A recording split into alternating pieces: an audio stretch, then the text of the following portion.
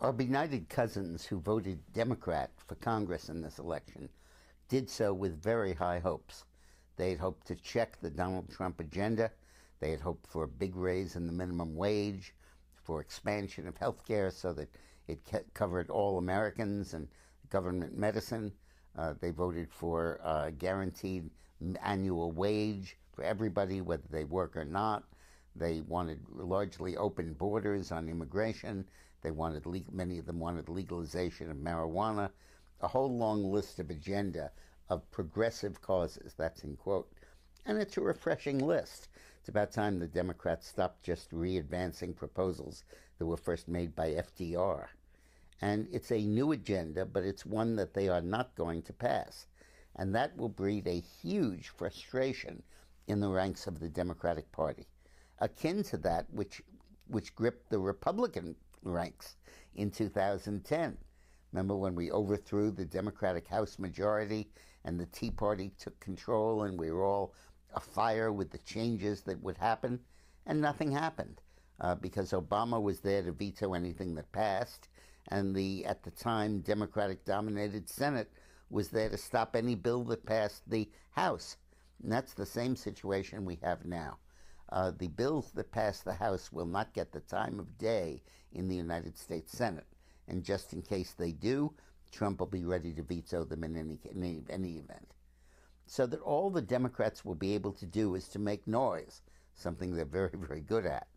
And particularly with subpoena power, they will make a lot of noise, all directed toward the impeachment of Donald Trump and apparently also the possible impeachment of Justice Kavanaugh.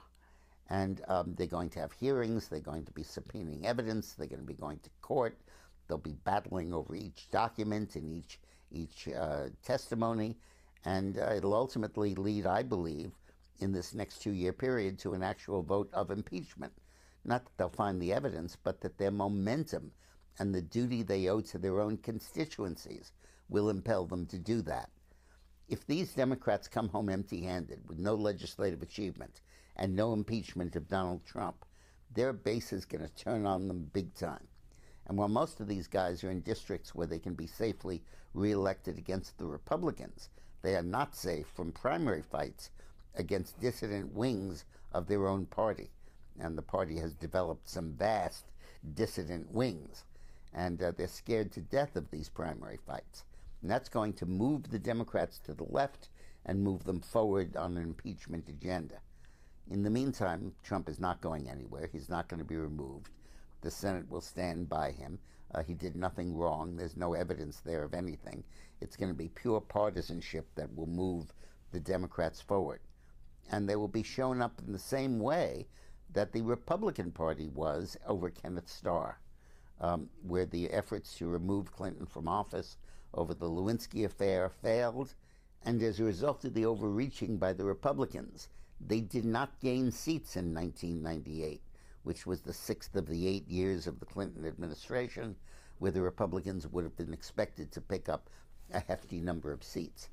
The backlash against the Democrats is going to be huge and will split their ranks in half, and more than half perhaps. And to make it all the more damaging to the party, there'll be a vicious presidential primary going on top, with leaders of the various factions, the blacks, the women, the leftists, the centrists, the young voters will all be battling. And these factions will all have visible national leaders. And the inability of the Democratic House to move will be amplified by the attention paid to the presidential race. So the Democrats should watch what they wish for. This victory